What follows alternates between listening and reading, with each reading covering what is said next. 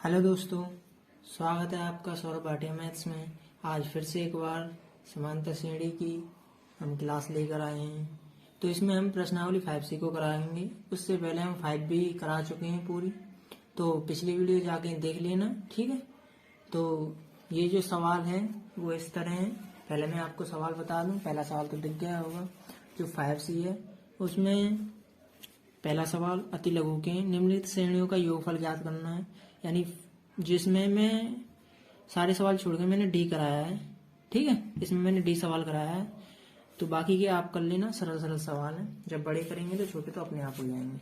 दूसरा सवाल मैंने कराया है पहला इसमें से, यानी श्रेणी 1/15, 1/12, 1/10 डॉट डॉट 11 पदों का योगफल निकालना है। इसमें तीसरा सवाल का पहला क्वेश्चन कराया है 34, 32, 30 और प्लस 10, ठीक है। अब देखो और क्वेश्चन देखो। चौथा क्वेश्चन है, चौथे में मैंने पहला सवाल कराया है ए बराबर 7 है और यदि ए 13 की वैल्यू यानी 13 में पद 35 दिया है और हमें ज्ञात करना है डी और एस 13 का मतलब है सम ऑफ 13 नंबर, यानी 13 नंबर का हमें सम ज्ञात करना है। तो देखो A3 और सेकंड सवाल भी कराया मैंने। A3 बराबर 15, S10 बराबर 125 है और D और A10 हमें ज्ञात करना है। तो इसमें केवल मैंने 2 ही सवाल कराए हैं, बाकी सब सवाल सेम से थे, तो आप कर लेना उसे। देखो पांचवें सवाल है। पांचवें सवाल में ये पहला सवाल कराया है 100 और 200 के बीच सभी विषम संख्या है। विषम संख्या आप जानते होंगे 1, 3, 5 डॉट डॉट डॉट। और तीसरा सवाल कराया है 1 से 100 तक सभी पूर्णांक संख्याएं, उनका योगफल ज्ञात करना है यदि 2 और 5 से विभाजित हो। छठवां सवाल का 8 की प्रथम 15 गुणज, मतलब जो 8 की मल्टीपल है ना, शुरुआत की प्रथम से, तो वो 15 गुणजों का योग निकालना है हमें। और सातवां सवाल है किसी समांतर श्रेणी के कुछ पदों का योगफल 136 है, सार्वंतर 4 है और अंतिम पद 31 है, तो श्रेणी के पदों की संख्या ज्ञात करनी है। और आठवां सवाल A1 A2 ऐसे दिया गया है और यदि ये एक समांतर श्रेणी बनती है तो पहले तो हमें A1 A2 A3 वगैरह लगाना है। फिर हमें A1 दे रखा है, जैसे ये पहला सवाल है, ये दूसरा है। पहला सवाल सॉल्व करके हमें ये ज्ञात करना है और फिर जो ज्ञात हो जाए उन पदों उनमें से 15 पद जो हैं उनका हमें योग निकालना है। नौवां सवाल इस तरह के प्रथम 40 धन है, पूर्णांक है, तो उनमें से जो 6 से विभाज्य है केवल वही ज्ञात करने हैं हमें।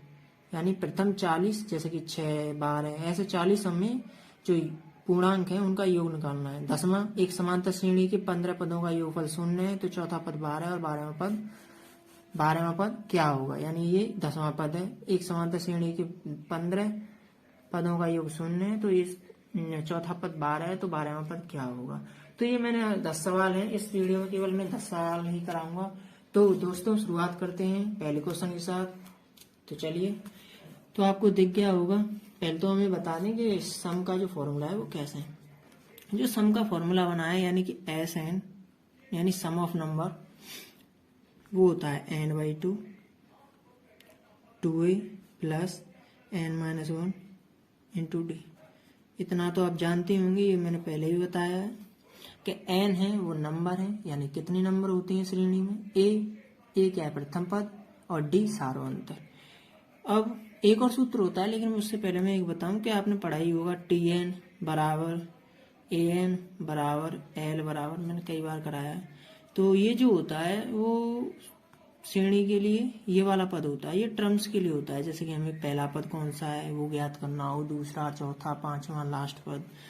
तो अब एक बात बताओ, यदि ये Sn है n/2, इसे हम a प्लस ये 2a को हम a प्लस a भी लिख सकते हैं। तो हमने इसी तरह a प्लस a लिखकर प्लस n-1 इंटू डी कर दिया और इसे n/2 और a प्लस।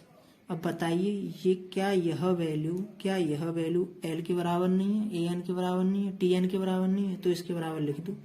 इसका मतलब ये हुआ कि Sn का हमें 2 फॉर्मूले मिल गए, एक तो ये और एक ये। इन 2 की सहायता से हम इन सवालों को करेंगे। तो इसमें पढ़ लिया होगा क्वेश्चन 21 पदों का योगफल ज्ञात करना है। तो सबसे पहले प्रथम पद जो a दे रखा है इसमें सॉल्व करते हैं। दिया है a बराबर √2, d बराबर, d की वैल्यू कैसे लिख लेगी, बाद वाले में से पहले घटाना है, बाद वाले में से पहला घटाना है। यानी कि हम कहेंगे √2 1 माइनस √2 में से क्या घटाना है, √2। तो जो डी की वैल्यू निकलेगी वो कैसे निकलेगी, √2 का अंदर गुणा कर दो, √2 का √2 में 2 और माइनस √2 यानी कैंसिल आउट, आ गया -2। यानी डी की वैल्यू भी निकले, ए की वैल्यू निकले। अब हमें किस पदों का योगफल ज्ञात करना है, और किस पदों का योगफल ज्ञात करना तो बढ़िया ही आसान है। देखो कैसे कि S21 बराबर, अगर इस सूत्र में रखें S21 तो आप कहेंगे 21/2 2 इंटू ए की value √2 plus 21 minus 1 into D की जगह पे -2। ये सूत्र, इस सूत्र में ए, डी और एन की वैल्यू हम रख के इसे ज्ञात कर सकते हैं। तो 21/2 2 और ये हो जाएगा 2√2 प्लस, अब 21 में से 1 गया तो 20 गुणा -2 और सॉल्व करेंगे इसे तो देखो 21/2 कैसे सॉल्व कर सकते हैं इसे, इसमें से क्या कुछ हो सकता है, जैसे कि इसमें से 2 कॉमन ले लीजिए और 2 कॉमन ले लिया तो यहाँ √2 बचेगा और यहाँ पे माइनस के 20 बचेंगे, तो 2 से 2 कट गए और बचा क्या 21, और इसे कह सकते हैं हम √2 माइनस 20। और भी सॉल्व करें इसे, और भी सॉल्व करें तो और भी सॉल्व हो सकता है। ये देखो अब 21 का अंदर गुणा करेंगे तो आप कहेंगे 21 √2 माइनस 20 गुणा 21 यानी कि 21 √2 माइनस 21 दूनी कितने होते हैं 42 और 0 की 0, यानी यही आंसर होगा हमारा। कोई दिक्कत, तो बढ़ते हैं अगले क्वेश्चन की ओर। दूसरा सवाल, दूसरे का पहला सवाल, यदि a बराबर दिया है, हमें दिया है, सबसे पहले सॉल्व करते समय दिया है, तो दिया क्या है, प्रथम पद a बराबर 1/15, डी की वैल्यू ज्ञात करनी है और डी की वैल्यू कितनी होगी, डी की वैल्यू होगी 1/12 माइनस 1/15। इसका मतलब ये हुआ कि बाद वाले में से हमें पहला घटाना है, और बाद वाले में से पहला घटाना है तो 15 और 12 का एलसीएम, और एलसीएम आएगा 12 गुणा 15, या आप कह सकते हैं ऐसा भी लिख सकते हैं कि ये 3 गुणा 4 होगा, इसे 3 गुणा 5 कर सकते हैं तो 3 कॉमन आ गया, 4 और 5 भी ले सकते हैं, कैसे भी लिख सकते हैं आप, ठीक है। तो 12 से 12 कटने पर 15 माइनस 15 से 15 कटने पर 12, यानी 15 में से 12 गई तो 3/12 गुणा 15, 3 से 12 को 4 बार और 15 चक्कू 60, यानी 1/60, कैसे भी कर लो उतना ही आना है। तो डी की वैल्यू मैंने देखा कि 1/60 आ गई।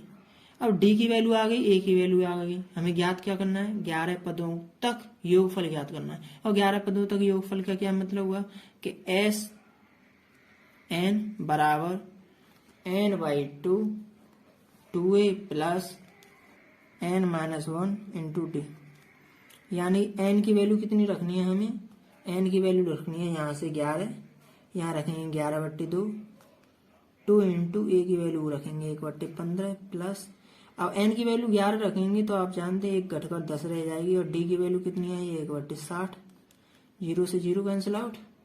अब देखो इसे भी सॉल्व करो, 11/2 2/15 प्लस 1/6, और सॉल्व करो 15 और 6। अब ये 15 और 6 देखो यहाँ पे 15 और 6 को कैसे सॉल्व करेंगे, 11/2, 15 6 का एलसीएम ले लो, 15 गुणा 6 रख दो, अब 15 से 15 कैंसिल आउट, 6 गई 6 दूनी 12 प्लस 6 से 6 कैंसिल आउट, 15 का ऊपर गुणा कर दो 1 में 15, 11/2 इंटू 15 और 12 कितने होते हैं 27, 27/15 गुणा 6।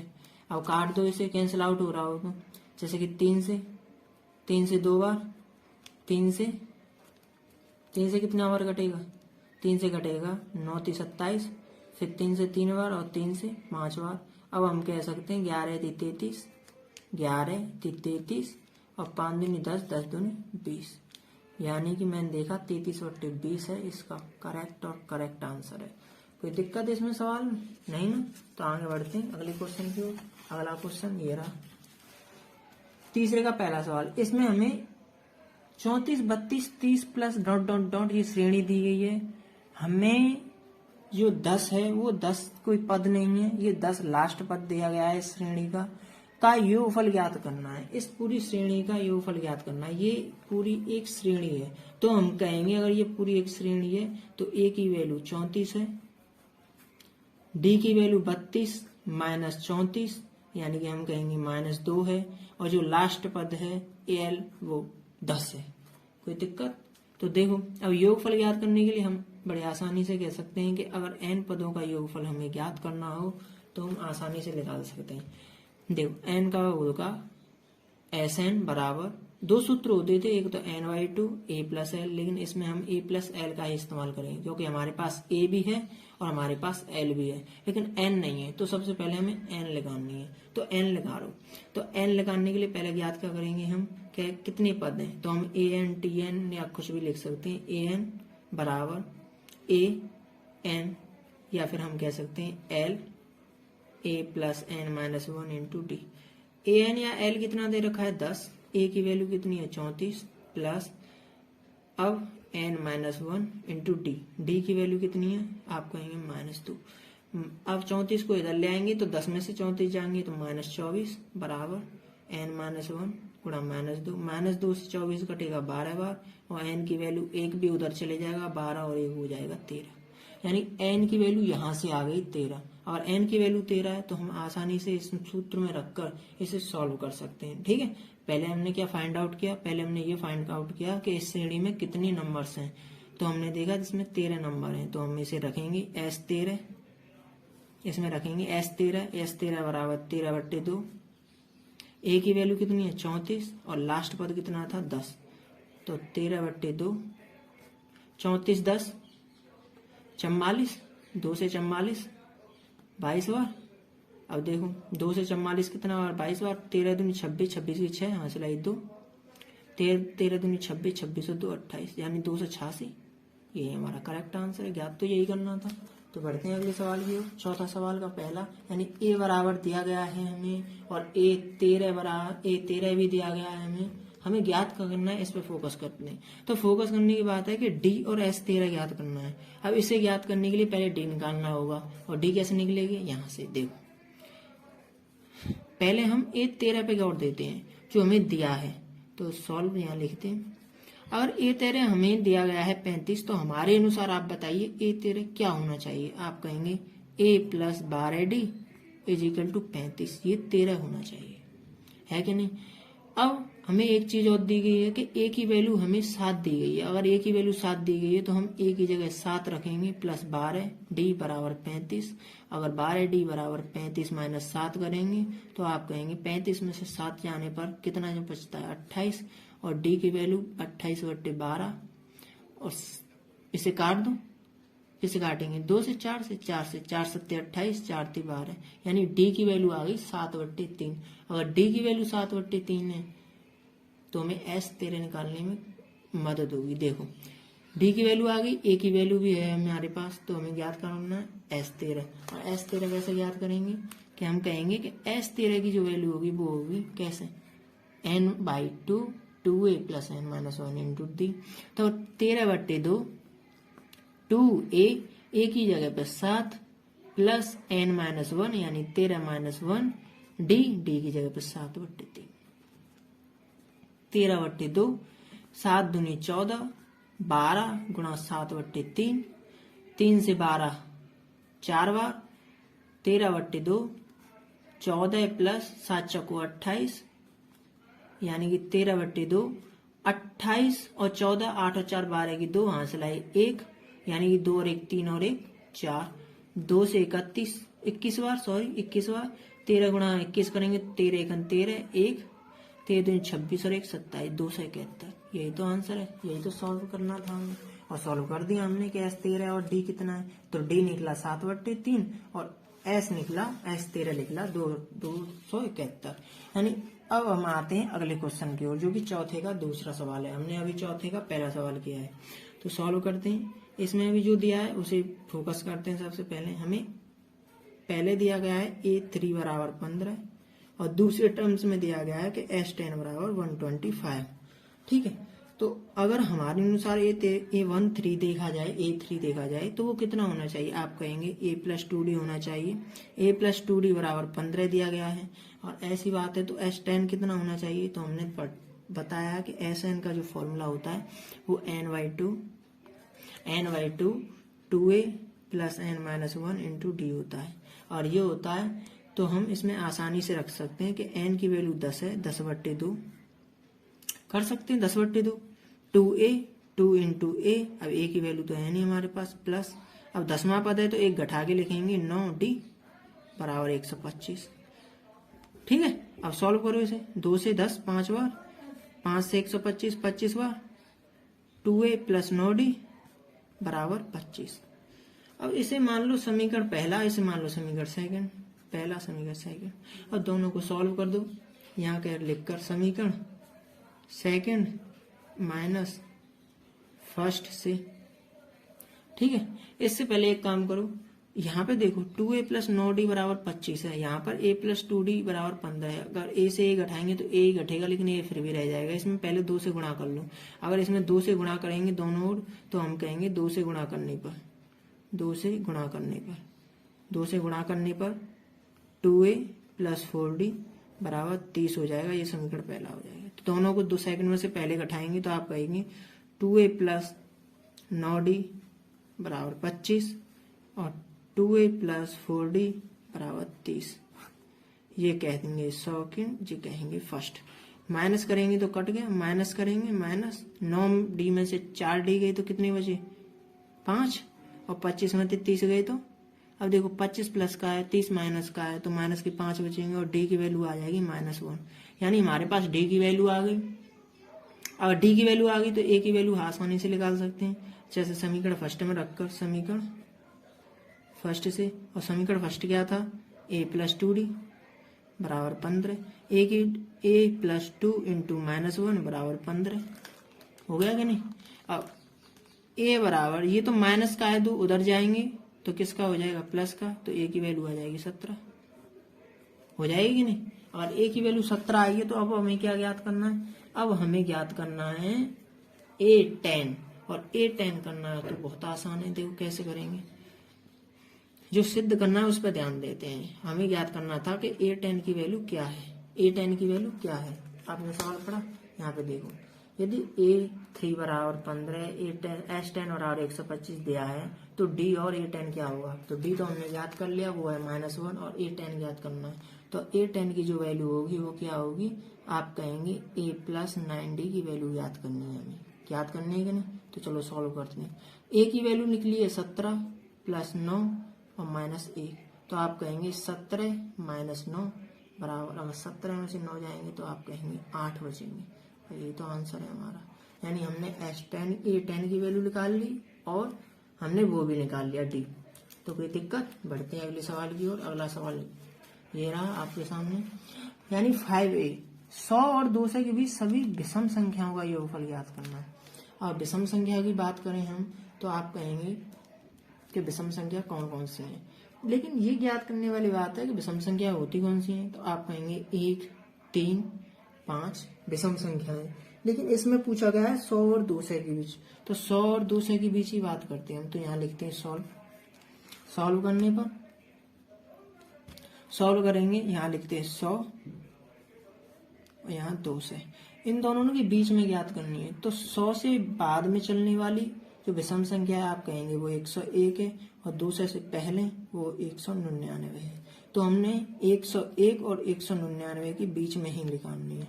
तो देखो सबसे पहले 101 होगी, फिर 103 होगी, फिर 105 होगी, dot dot dot dot dot last होगी, वो होगी 199।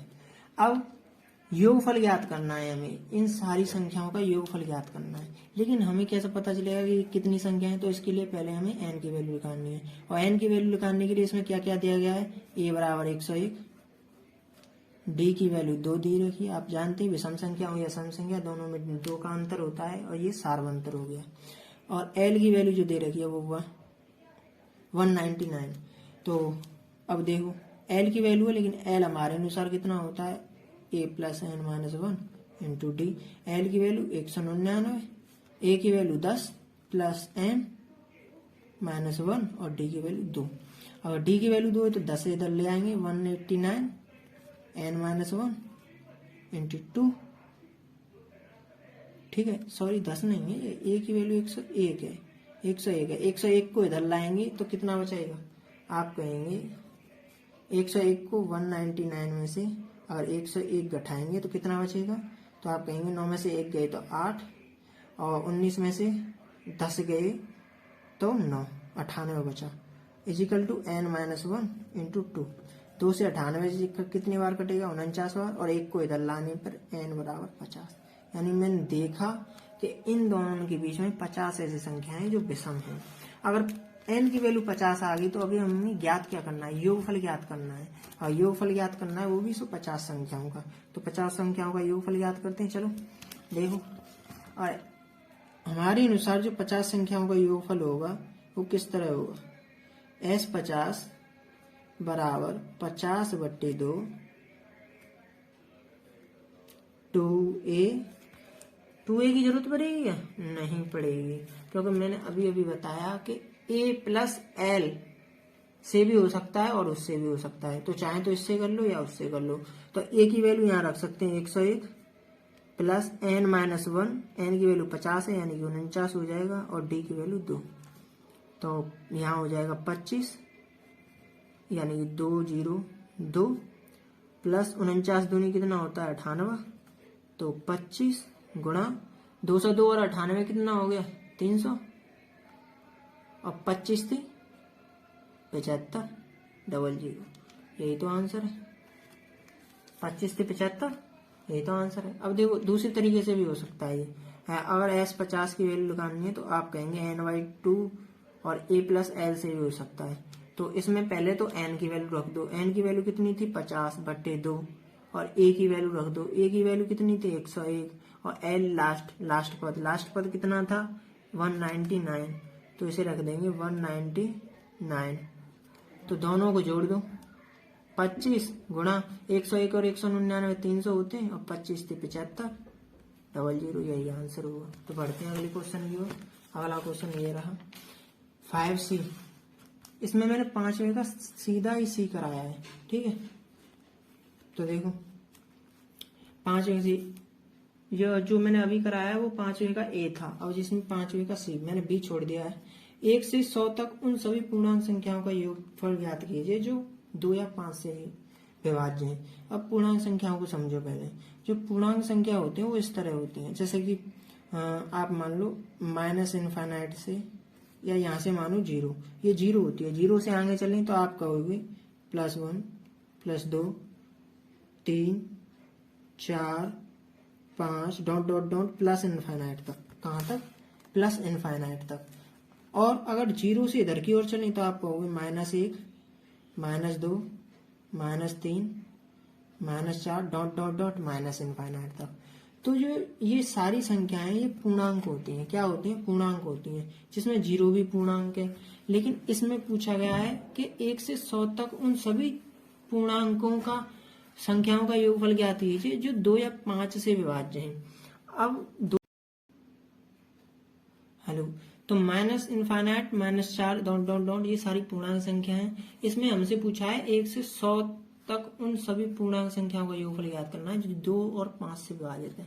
तो हमें ये वाली पूर्णांक संख्या लेनी है, ठीक है। तो देखो पहले तो ये समझो कि 2 और 5 से कैसे, कि पहली बात तो इसमें या लग रहा है, और का मतलब देख समझो, यहाँ पे जो 2 से भी विभाज्य हो 5 से भी विभाज्य हो ऐसी संख्या हमें लेनी है। तो इन्हें एक ही बार ले सकते, या तो वो 2 से विभाज्य हो या फिर वो 5 से विभाज्य हो। तो उन्हें कैसे लेंगे, अगर 2 के लेंगे तो इसमें मेरी बात मानो, जैसे कि अगर मैंने 2 से लिया तो आप कहोगे 2 से तो विभाजित 2 4 6 8 10 है, 12 ... हो गई कि नहीं, ये संख्याएं हो गई। लेकिन अगर मैंने ये ली तो इसमें 5 रह गई, क्योंकि इसमें 5 से विभाजित संख्याएं और थी। तो इसमें 2 से विभाजित तो संख्या सारी आ गई, लेकिन इसमें 5 से विभाजित 10 भी आ गई, और 2 से विभाजित 2 4 6 8 10 सब आ गई। लेकिन इसमें 5 रह गई, तो हमें प्लस करके यहाँ पे एक चीज और लिखनी पड़ेगी, वो है 5 से विभाजित संख्याएं। तो 5 से जो विभाजित संख्या है उसमें केवल 10, 12, 14 ऐसी डॉट डॉट डॉट, इसमें 20 भी आ जाएगी लेकिन 15 नहीं आएगी। तो मैं आपको बताऊं कि 5 से जो विभाजित संख्या है वो केवल इस पार्ट में तो 10, 20, 30 आ जाएंगे, लेकिन इस पार्ट में 5, 15, 25 डॉट डॉट डॉट, यानी कि हमें 100 तक करनी है। तो 100 तक करने के लिए हमें क्या करना होगा, हमें यहाँ पे 95 तक लेनी पड़ेगी। समझे बात को, हमें यहाँ पर 95 तक लेनी पड़ेंगी। अगर ये 95 तक लेनी पड़ेंगी तो आपको समझ गया है, ये 95 होगी 5 से और ये 2 से विभाजित होगी, तो ये आसानी से सॉल्व हो जाएगा। इसे हमने 2 भागों में तोड़ दिया, तो ये पहली श्रृंखला मान लो, ये दूसरी श्रेणी मान लो, ये पहली श्रेणी होगी। तो चलो सॉल्व करते हैं। ये पहली श्रेणी है उसका प्रथम पद a1 बराबर, हाँ तो a1 बराबर 2 हो गया, और d1 बराबर क्या होगा, यहाँ पे 4 में से 2 गए तो 2, और यहाँ पे लास्ट पद क्या होगा, हम लास्ट पद की बात करें तो हम इसमें दिया गया है 1 से 100 तक का मतलब होता है कि 100 भी शामिल है, और 100 भी शामिल है तो ये 2 से विभाजित संख्या तो 100 भी है, तो इसका मतलब लास्ट पद क्या होगा, 100 होगा। अब इसमें आते हैं, इसमें क्या क्या दिया गया है, इसमें a2 बराबर 5 मान लो, ये 2 श्रेणी है ना, तो इसमें मैंने इसे a1 d1 और सबको l1 मान लिया। इसमें मैं a2 d2, जैसे d2 बराबर इसमें 10 है, 15 में से 5 गए तो, और l2 बराबर इसमें 95 हो जाएगा, मान लिया। ठीक है, अब ये 2 श्रृंखलाएं बन गई 2 पार्ट में, जिसमें प्लस लगा हुआ है दोनों में। इस श्रृंखला को अलग सॉल्व करेंगे, इस श्रृंखला को अलग सॉल्व करेंगे हम। तो देखो इसमें बीच में प्लस लग रहा है, तो इसमें पहले हमें n की वैल्यू याद करनी है, और n की वैल्यू याद करने के लिए पहले देखना पड़ेगा कि 100 तक कितनी संख्या है। वैसे तो हमें आसानी से पता चल जाएगा कि 2, 4, 6, 8 है, 100 तक है, तो 2 से विभाजित, इसका मतलब इसमें 50 संख्याएं होंगी, और 5, 15, 25, 95 तक है, इसमें 10 संख्याएं होंगी, लेकिन फिर भी हमें निकाल लेते हैं तसल्ली के लिए। तो देखो जो इसमें लास्ट पद है 100, तो हम मान लेंगे 100 को लास्ट पद l बराबर होता है 100 बराबर a की value 2 plus n-1 into D की वैल्यू 2, d1 की वैल्यू 2। तो 100 में से घटाएंगे 2 को तो 98, और 2 से भाग देंगे बराबर n-1, 2 से 98 कटेगा 49 बार, 1 को इधर पहुंचा देंगे तो 49 प्लस 1 n की वैल्यू, तो n की वैल्यू आ जाएगी यहाँ से 50। ठीक है, n की वैल्यू 50 आ गई। अब ऐसे ही इधर भी सॉल्व करेंगे। ये जो सूत्र बनेगा, जैसे यहाँ पे मैंने अभी लिखा नहीं सूत्र, ये ऐसा बन जाता है L2 बराबर A2 प्लस, यहाँ पे N1 माना है, इसे N2 मान लो, N2-1 D2। तो इसमें रख दो 95 बराबर A2 की वैल्यू 5 प्लस N2-1 और D2 की वैल्यू 10। 5 को इधर लाएंगे, 95 से 5 गए तो 90, 10 से भाग दे दो, N2-1, 0 से 9 बार, 1 को इधर लाएंगे तो N2 की वैल्यू आप जानते हैं 9 बचा, यहाँ पे 1 इधर जुड़ जाएगा, तो N2 की वैल्यू 10। अब देखो हमें पूछा गया है योगफल, तो इसमें दोनों में लग रहा था प्लस, अगर प्लस लग रहा था तो हम आसानी से कह सकते हैं कि S1 प्लस S2। S1 क्या होगा, S1 तो ये होगा, क्या होगा, ये होगा n/2 A1 plus L1 plus n2/2 A2 plus L2 equal to, अब n1 की वैल्यू कितनी है 50, 50/2 का मतलब होता है 25। A1 की वैल्यू कितनी है 2, और L1 की वैल्यू कितनी है 100, प्लस n2 की वैल्यू कितनी है 10, 10/2 का मतलब 5। A2 की वैल्यू कितनी निकली थी 5, और L2 की वैल्यू कितनी थी 95। तो 100 और 2 102, अब 25 गुणा 102 प्लस 5 गुणा 95 और 500, तो आप कहोगे 25 दूनी 50 और 25 गुना 25 प्लस 500, और दोनों को जोड़ेंगे तो 3000 कितने हो गए, 3050 इतने हो गए, 2550 और 500 3050। तो यही हमारा आंसर है। कोई दिक्कत इस सवाल में? देखो शुरुआत से हमें यही तो ज्ञात करना था, 2 या 5 से विभाजित संख्या कितनी होंगी जो 1 से 100 तक हैं।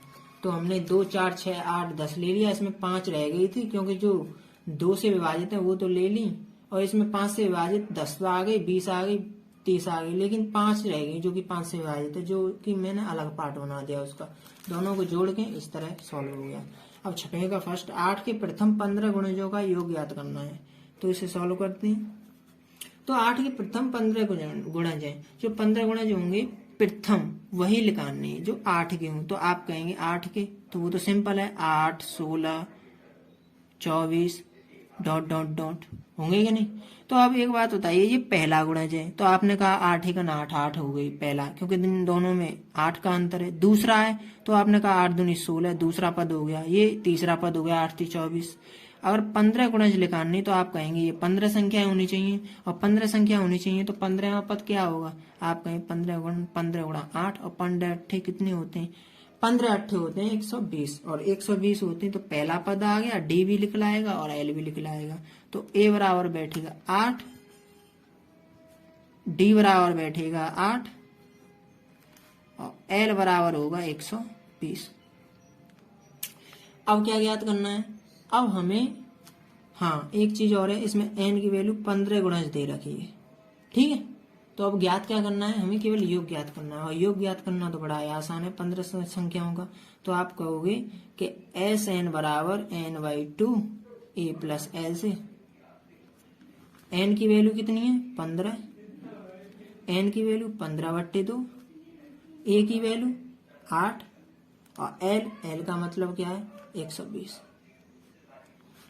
और 15/2 है तो आप कहेंगे ये 128 हो जाएगा, और 2 से 128, 6 4 बार 64 बार, और 15 चक्कू 60, 6 15 6 90, 90 और 6 96, 960। यही तो आंसर है।